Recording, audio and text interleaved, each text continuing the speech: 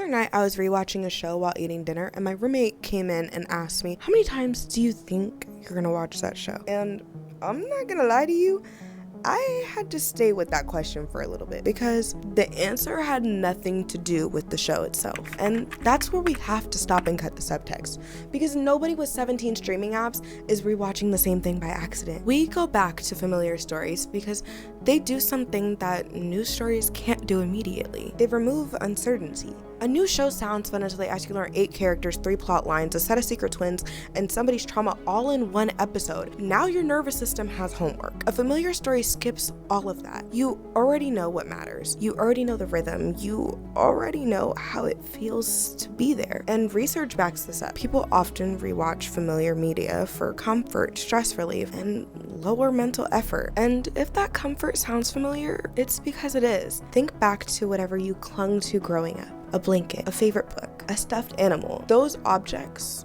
worked because they were known. The same textures, the same smells, the same feeling. You learned it's okay here. That need doesn't disappear when you get older. Sometimes it just changes. Sometimes that blanket becomes a story. And for me, everybody knows that's the Lorex. My friends once picked me up from the airport dressed as the characters because they knew I've seen it so many times I could probably perform it under pressure. And that's not just a favorite movie. That's emotional history. Now, here's where it gets a little too real. A lot of us don't have a comfort show. We have emotional playlist. When life feels loud, maybe it's animation. When love feels weird, maybe it's a romance. When you need background noise, that one show playing in the background always hits before you get rehooked into the story, and now you're trapped. And that's how I watch Death Note so many times. That's not bad taste. That is strategy without you even knowing it. So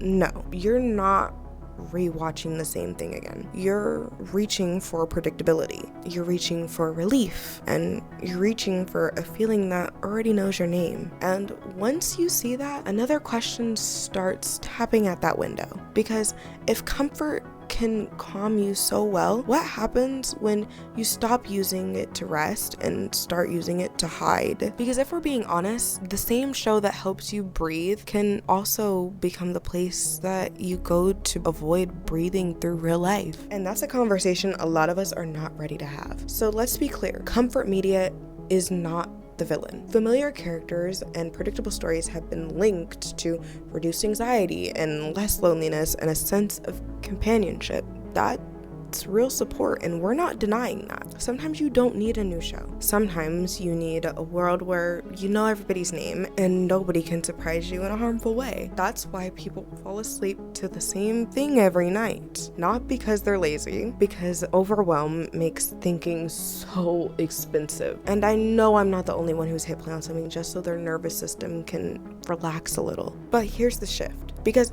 if every uncomfortable feeling sends you straight back into fiction, comfort can become avoidance. Because why face uncertainty when your favorite show guarantees closure? Why sit in grief when you know episode 6 makes you laugh every time? And why start the next chapter when you know that theirs is already finished? See the difference? One helps you recover, and the other helps you retreat. And the wild part is that it can be both in the same week. The same show that regulates you by Monday can stunt you by Friday. So the better question isn't what are you watching? It's why did you need that today specifically? And maybe your comfort show isn't your favorite show. Maybe you need to look at it as a mirror instead. It shows you what you miss and what you need. And sometimes it shows you a version of yourself from before life got too heavy. That's why people keep replaying the same sitcoms, childhood movies, fantasy worlds, and the list goes on and on and on.